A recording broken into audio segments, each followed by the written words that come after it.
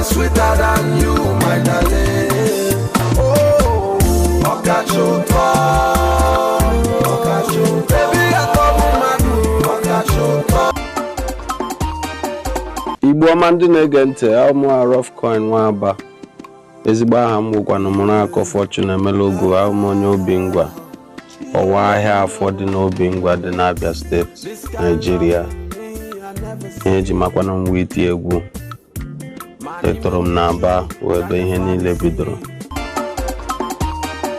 Mgbe mụ ha bidoro n'Aba back in the days, ihe m na-agwa gị na ụmụ ihe ebe 2002. Even before then, I mekwala m egwu, but as at 2003, agawala m studio and all that. But challenges a na-enwe mgbe ahụ. Even ị chọrọ ka ị were egwu gị ga-enye marketer ka oge.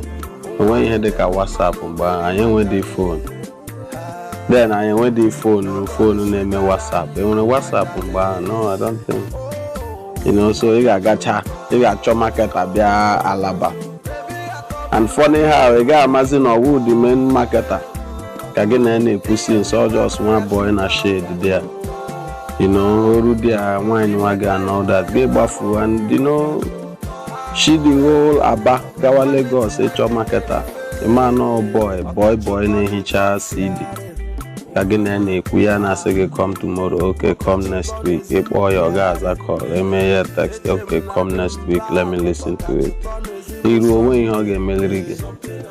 He made them a gas and CD canko. So then the challenge is Buribo who go on social media, I agree when you can post when the next okay.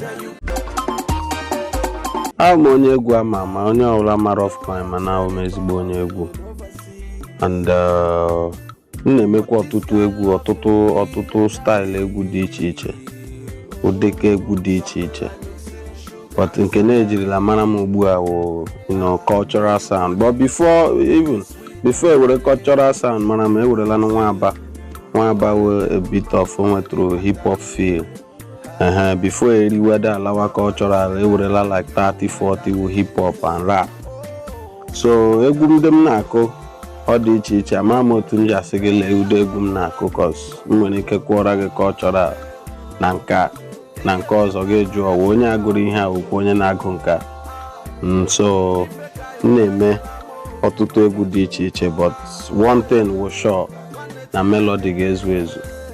Yes, because all Rough Coin Nwaba the king of the melodies.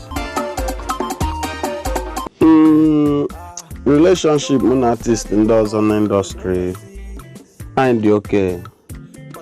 Onwe onye mụ na enwere nsogbu with me, and one, you know, I nearly do okay. For them come out, then come on, no, I do okay. And those are mona, no, had you okay, I do come okay. Okay, no, but that in Nigeria, Aburibu, I'm an artist in the mona, no, cobe. Mono to artist and one but when the mona, no, bemga like mona, no, one day call.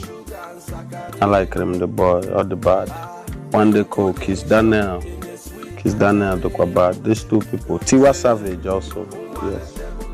So and I'll get me quite in the nearest future, you know. So international. Actually, recross. Only woman and Nishim just ne etenoli aga dem meba. You know, recross them man. When I come get me with Wiz Khalifa, na Snoop, for the Obinigwe de kind, for the Obinigwe. Ukochukwu Okechukwu kwuru okwu Chukwu nu Ukochukwu Okechukwu kwuru okwu Chukwu n'ụlọ Chukwu dị n'Arọ Chukwu. Ụkọchukwu Okechukwu kwuru okwu Chukwu n'ụlọ Chukwu dị n'Arọ Chukwu. Ụkọchukwu Okechukwu kwuru okwu Chukwu n'ụlọ Chukwu dị n'Arọ Chukwu. Ụkọchukwu Okechukwu